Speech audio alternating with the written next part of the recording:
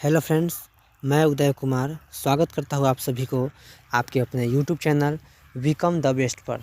Friends, आज हम लोग इस वीडियो के माध्यम से इतिहास का संपूर्ण परिचय जानेंगे, जिसमें हम यह जानेंगे कि इतिहास क्या है, इसे कितने वर्गों में बांटकर पढ़ा जाता है, इसे कैसे जानते हैं एवं अंत में हम यह भी जानेंगे कि इसे जानना क्यों ज़रूरी है।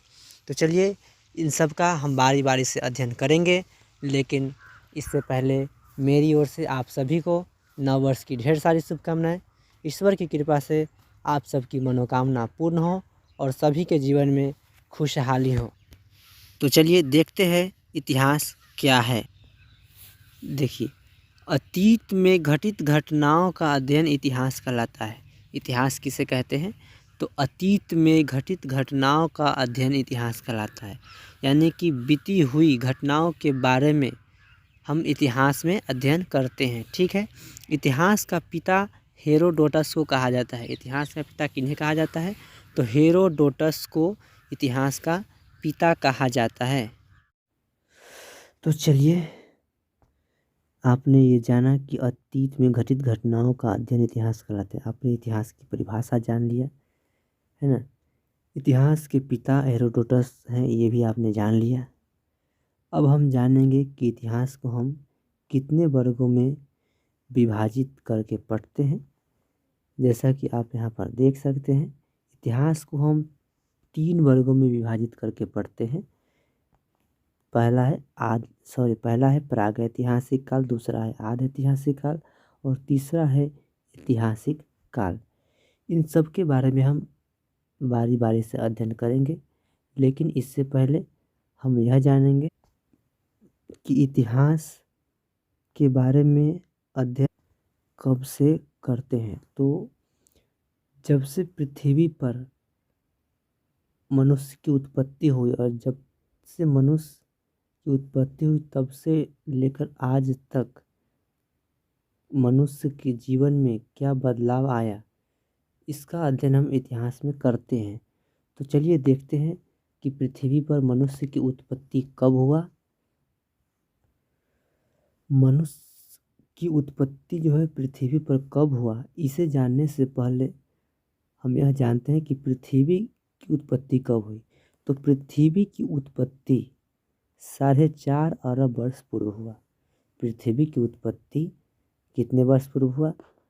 तो पृथ्वी की उत्पत्ति जो है 4.5 अरब वर्ष पूर्व हुआ। तो क्या इसी समय से जो है पृथ्वी पर मनुष्य रह रहा है? तो नहीं। जिस समय पृथ्वी की उत्पत्ति हुई थी उस समय पृथ्वी बहुत ही अधिक गर्म थी। चूँकि पृथ्वी इतना ज़्यादा गर्म था, तो इतने गर्म अवस्था में किसी भी प्राणियों का जीवन जी पाना अथवा उत्पन्न हो पाना संभव नहीं है। इसलिए बहुत दिनों के बाद जब पृथ्वी ठंडा हुआ तो करीब करीब 56 लाख वर्ष पूर्व, देखिए, पृथ्वी की उत्पत्ति हुआ 4.5 अरब वर्ष पूर्व, लेकिन मानव की उत्पत्ति अगर हम बात करें तो 56 लाख वर्ष पूर्व पृथ्वी पर ऐसे प्राणियों का प्रादुर्भाव हुआ जिन्हें मानव कह सकते हैं। यानी कि मानव का जो उत्पत्ति हुआ वो पृथ्वी पर 56 लाख वर्ष पूर्व हुआ। ये मानव आदिवासी मानव थे, जिनका जो है कालांतर में रूप बदलते गए और ये विलुप्त होते गए, है ना। उसके बाद जो है करीब करीब आधुनिक मानव जो है, जिसे हम होमो सेपियंस कहते हैं, जिसे हम आज का मानव कहते हैं, वो पृथ्वी पर 1.6 लाख वर्ष पूर्व उसकी उत्पत्ति हुई। यानी कि 1,60,000 वर्ष पूर्व आधुनिक मानव की उत्पत्ति पृथ्वी पर हुआ। तो चलिए, अभी तक हमने यह देखा कि इतिहास क्या है, इतिहास के पिता किसे कहते हैं, और पृथ्वी का उत्पत्ति कब हुआ, और साथ ही साथ इस पर मानव की उत्पत्ति कब हुआ, जिसमें हमने देखा कि 56 लाख वर्ष पूर्व आदि मानव एवं 1.6 लाख वर्ष पूर्व आधुनिक मानव जिसे हम होमो सेपियंस कहते हैं उसका जन्म हुआ। तो अब हम देखेंगे कि इतिहास को हम जानते कैसे हैं। तो चलिए देखते हैं इतिहास को जानते कैसे हैं।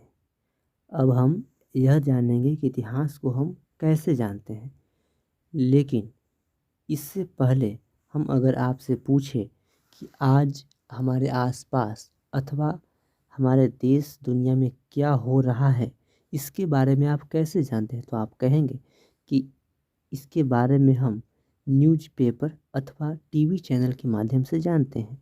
लेकिन हजारों वर्ष पूर्व अथवा लाखों वर्ष पूर्व हमारे आसपास अथवा देश दुनिया में क्या हुआ इसे हम कैसे जानते हैं, तो आप कहेंगे कि इसे ही तो हम इतिहास के माध्यम से पढ़ते हैं।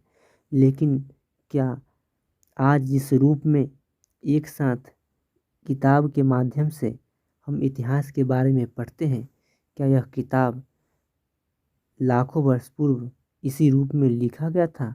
तो नहीं। तो चलिए हम कैसे जानते हैं इतने पुराने इतिहास को, इसी को आज हम समझेंगे।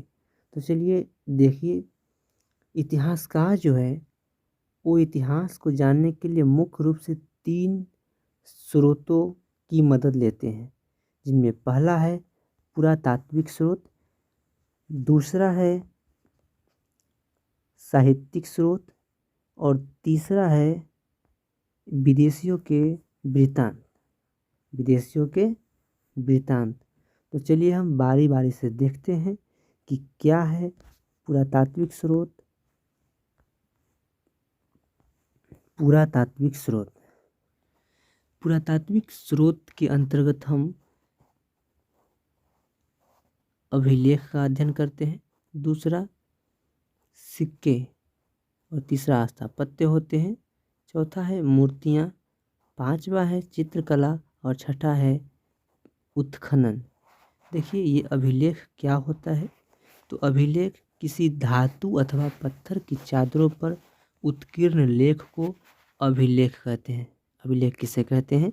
किसी धातु अथवा पत्थर की चादरों पर उत्कीर्ण लेख को अभिलेख कहते हैं। अंग्रेजी में इसे इंस्क्रिप्शंस बोलते हैं। एवं सिक्के, स्थापत्य हम उसे कहते हैं, है ना, जैसे कि उस काल में जिस प्रकार के भवनों का निर्माण किया जाता था, इस भवन के माध्यम से भी इतिहासकार इतिहास की जानकारी प्राप्त करते हैं। मूर्तियाँ आप जानते हैं, चित्रकला जैसे कि गुफाएं में अथवा दीवारों पर कुछ चित्र बनाया गया है, इसके माध्यम से भी इतिहासकार इतिहास की जानकारी प्राप्त करते हैं। छठा है उत्खनन। उत्खनन यानी कि मिट्टी अथवा मिट्टी की सतहों में, है ना, दबे हुए कुछ ऐसे वस्तुएं होते हैं जिनके माध्यम से भी इतिहासकार इतिहास की जानकारी प्राप्त करते हैं। उसके बाद आता है हमारा साहित्यिक स्रोत।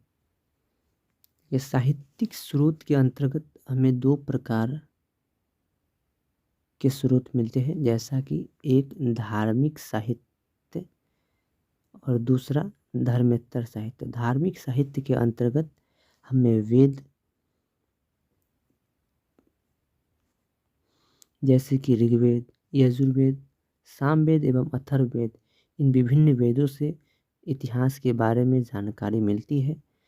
उसके बाद है बौद्ध साहित्य, यानी कि कुछ बौद्ध धर्म की साहित्य है और कुछ जैन धर्म की साहित्य है, जिनसे इतिहासकार इतिहास के बारे में जानकारी प्राप्त करते हैं। उसके बाद है धर्मेतर साहित्य। धर्मेतर साहित्य जो कि धर्म से संबंधित नहीं होता है, लेकिन इनसे भी जो है इतिहास की जानकारी मिलता है। किसके इतिहास की? तो भारत के इतिहास की जानकारी मिलता है। एक महत्वपूर्ण धर्मेतर साहित्य जैसे कि पाणिनि की अष्टाध्यायी है, जिससे कि हमें भारत के इतिहास के बारे में जानकारी प्राप्त होती है। उसके बाद है विदेशियों के वृत्तांत। क्या है विदेशियों के वृत्तांत?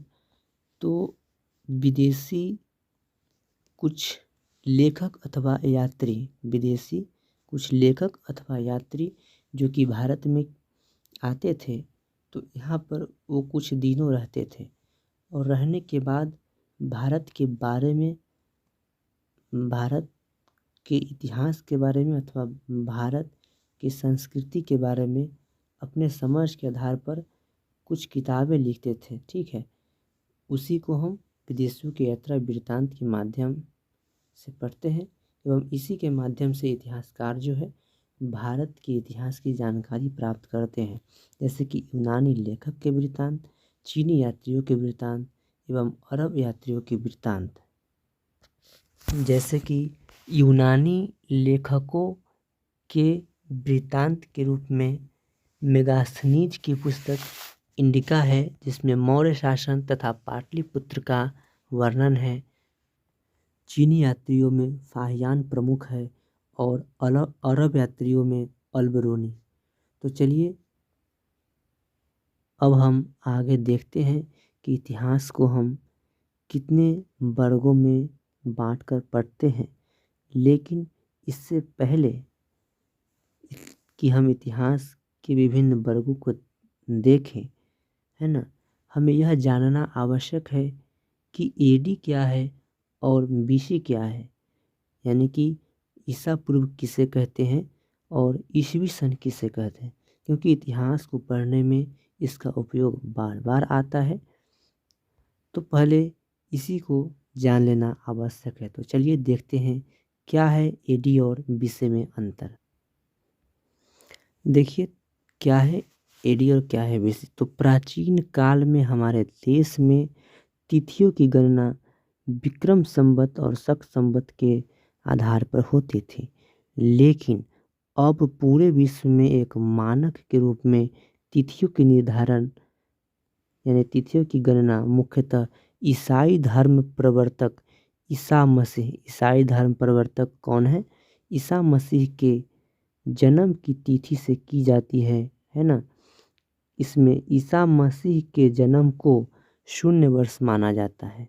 ईसा मसीह के जन्म को 0 वर्ष माना जाता है।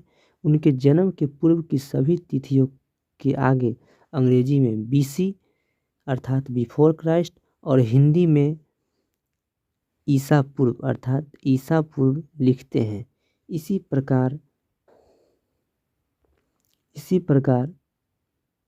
ईस्वी की शुरुआत उनके जन्म के वर्ष से है। जैसे कि कहीं 2009 एडी लिखा देखते हैं तो इसका तात्पर्य ईसा मसीह के जन्म के 2009वें वर्ष से है।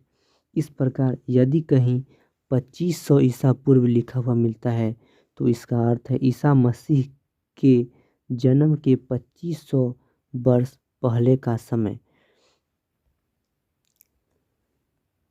तो चलिए इसे हम एक ग्राफ के माध्यम से समझने की कोशिश करें।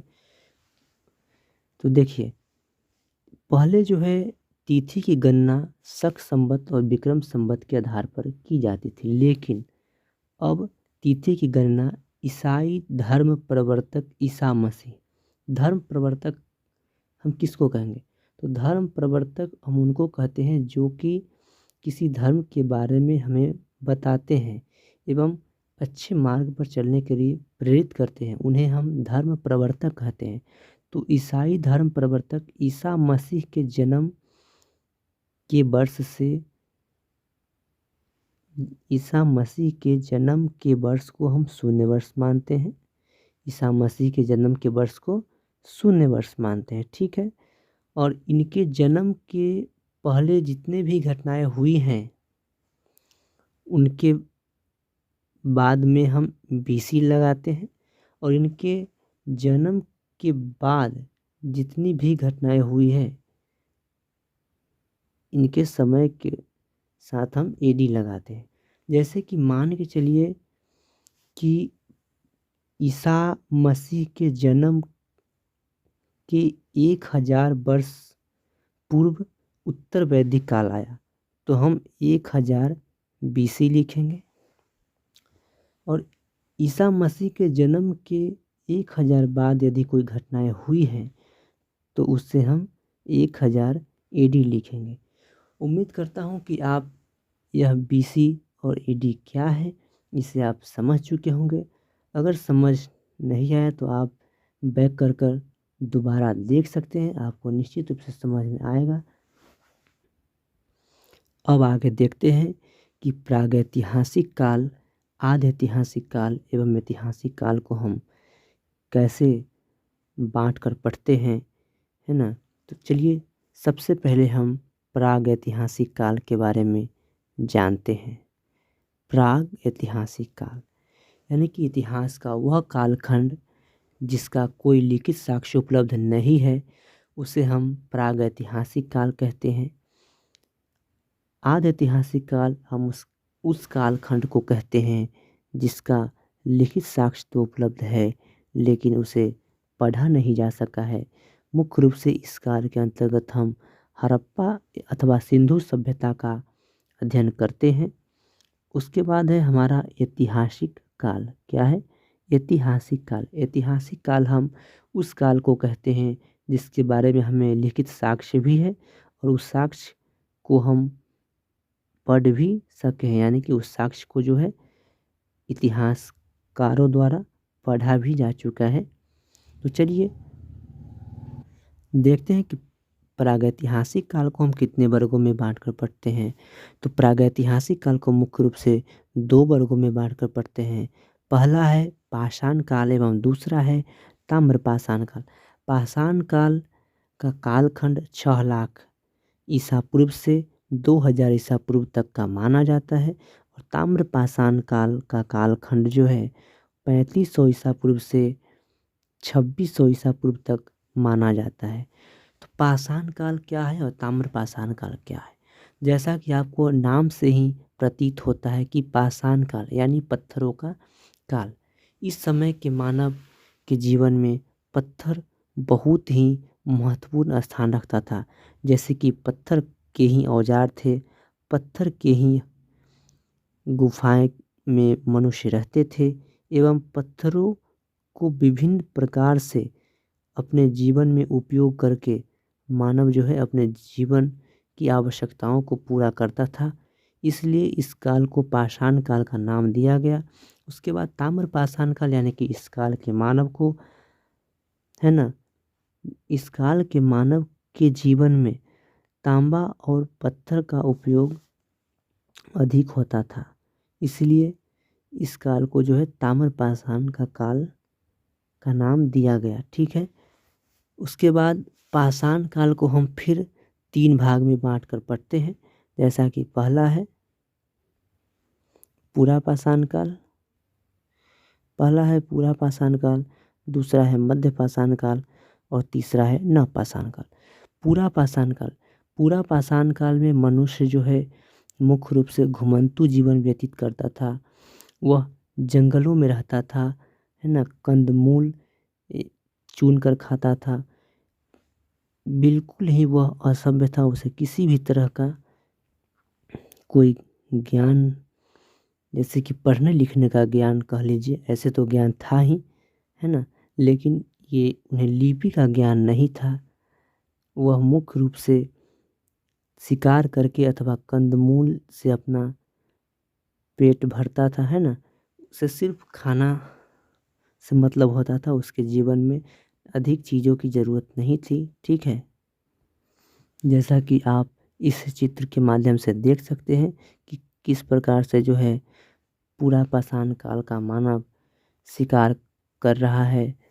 यहाँ पर आप देख सकते हैं 3 लोग हैं जो कि एक डंडे लिए हुए, हाथ में डंडे या लकड़ी का लगता है ना, इसे फेंक कर जो है हिरण को मारने की कोशिश कर रहे हैं और इसी हिरण को मारकर वे इसका मांस खाकर अपना पेट भर सकेंगे। ठीक है। तो चलिए देखते हैं आगे मध्य पाषाण काल। मध्य पाषाण काल में मानव के जीवन में थोड़ा सा परिवर्तन आया।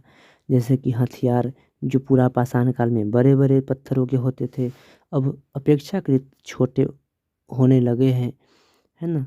थोड़ा सा परिवर्तन पूरा पाषाण काल से मध्य पाषाण काल में मानव के जीवन में आया, लेकिन जब नव पाषाण काल आता है तो मानव के जीवन में व्यापक परिवर्तन देखने को मिलता है। जैसे कि मानव जो कि पहले घुमंतू जीवन व्यतीत करता था, अब मानव जो है अस्थायी जीवन व्यतीत करने लगा। क्यों? क्योंकि मानव खेती करना सीख चुका था, और खेती करने के लिए एक स्थान पर रहना ज़रूरी होता है, क्योंकि फसलों की देखभाल करने के लिए वहाँ पर रहना आवश्यक होता है। ठीक है।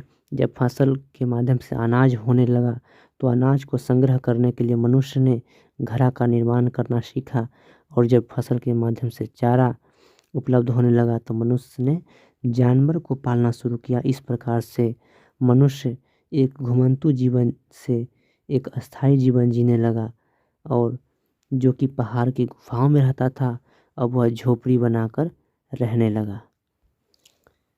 उसके बाद पूरा पाषाण काल को भी हम 3 वर्गों में विभाजित करके पढ़ते हैं। जैसे पहला है निम्न पूरा पाषाण काल, दूसरा है मध्य पूरा पाषाण काल, और तीसरा है उच्च पूरा पाषाण काल। इसका काल क्रम आप देख सकते हैं।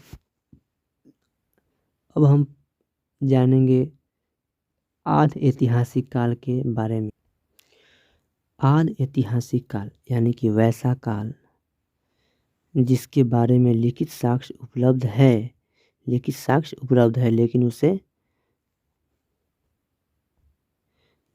उसे पढ़ा नहीं जा सका है। क्या है? लिखित साक्ष्य तो उपलब्ध है लेकिन उसे पढ़ा नहीं जा सका है। इसमें मुख्य रूप से हम हड़प्पा या सिंधु सभ्यता के बारे में अध्ययन करते हैं। इसका कालखंड 2600 ईसा पूर्व से 1900 ईसा पूर्व तक का माना जाता है। देखिए, ये है हड़प्पा की नगरीय सभ्यता का चित्र। कहा जाता है कि हड़प्पा सभ्यता विश्व की सबसे उन्नत सभ्यता थी। इसमें बहुत ही सुव्यवस्थित तरीके से नगरों को बसाया गया था। इसमें बहुत अच्छे से नालियों का प्रबंध किया गया था। ठीक है।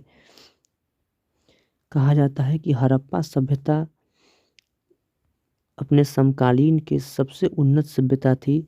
ऐसी सभ्यता विश्व में कहीं नहीं थी जिस प्रकार की सभ्यता हड़प्पा सभ्यता को माना जाता है। तो चलिए इसमें जो है देखते हैं लिपि वगैरह के कुछ साक्ष्य मिले हैं।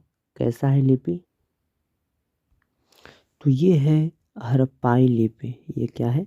हड़प्पाई लिपि। आप देख सकते हैं विभिन्न चित्रों के माध्यम से इसमें कुछ लिखा जा चुका है, लेकिन आज तक इसे किसी भी इतिहासकार अथवा पुरातत्ववेत्ता पढ़ नहीं पाए हैं। ठीक है। यहाँ पर देखिए, इस लिपि को भाव चित्रात्मक कहते हैं, यानी कि इस लिपि को पढ़ा नहीं गया है लेकिन इसमें हाव भाव दिखाया गया है। इसके माध्यम से हम लिपि के बारे में कुछ अनुमान लगाते हैं, लेकिन इसे पढ़ा नहीं गया है। ठीक है। वह हमारा ऐतिहासिक काल। क्या है? ऐतिहासिक काल। ऐतिहासिक काल में हमें साक्ष्य भी उपलब्ध है और इसे पढ़ा भी जा सका है। तो चलिए ऐतिहासिक काल में हम क्या पढ़ते हैं तो इसे जानते हैं। ऐतिहासिक काल में हम मुख्य रूप से इसे 2 वर्गों में बांटकर पढ़ते हैं। पहला है वैदिक संस्कृति, और दूसरा जिसमें हम प्राचीन भारत का इतिहास, मध्यकालीन भारत का इतिहास और आधुनिक भारत का इतिहास के बारे में पढ़ते हैं। वैदिक संस्कृति मुख्य रूप से 1500 ईसा पूर्व से लेकर 600 ईसा पूर्व तक का माना जाता है। इसमें हम ऋग्वेद, यजुर्वेद, सामवेद, अथर्ववेद के बारे में पढ़ते हैं। ठीक है। उसके बाद प्राचीन भारत का इतिहास में हम महाजनपद काल, उसके बाद महाजनपद काल के बाद बौद्ध धर्म, जैन धर्म, है ना, मौर्य काल एवं गुप्त काल इत्यादि पढ़ते हैं। उसके बाद हमारा मध्यकालीन भारत जिसमें कि हम दिल्ली सल्तनत, है ना, मुगल वंश इत्यादि पढ़ते हैं। उसके बाद आता है आधुनिक भारत जिसमें हम अंग्रेजी शासन की स्थापना से लेकर भारत की स्वतंत्रता तक का इतिहास पढ़ते हैं। अब हम जानेंगे कि इतिहास को पढ़ना क्यों ज़रूरी है। तो चलिए, इतिहास को पढ़ना क्यों ज़रूरी है? इतिहास को पढ़ना हमारे जीवन में इसलिए ज़रूरी है क्योंकि इतिहास को जानकर ही हम अपने भविष्य का निर्माण जो है अच्छी तरह से कर सकते हैं, क्योंकि इतिहास में बहुत सारे गलतियाँ हुई है जिनसे सीख कर हम अपने भविष्य का निर्माण कर सकते हैं। ठीक है, अगर किसी व्यक्ति को अपने इतिहास के बारे में जानकारी नहीं है, इसका तात्पर्य यह है कि, है ना, उसे याददाश्त गुम हो गई है। यानी कि किसी व्यक्ति को अगर इतिहास के बारे में जानकारी नहीं है तो उसका हालत वैसा है जैसे कि किसी व्यक्ति का याददाश्त गुम हो गई है। तो चलिए, उम्मीद करता हूँ कि आज के इस वीडियो से आप लाभान्वित हुए हो। अगर आपको वीडियो अच्छा लगा तो वीडियो को लाइक कर दीजिए, और अगर आप मेरे चैनल पे नए हैं तो चैनल को सब्सक्राइब कर दीजिए, और अपने दोस्तों के साथ इस वीडियो को शेयर कर दीजिए ताकि उन्हें भी लाभ मिल सके। तो चलिए, मिलते हैं फिर अगले वीडियो में, तब तक के लिए जय हिंद।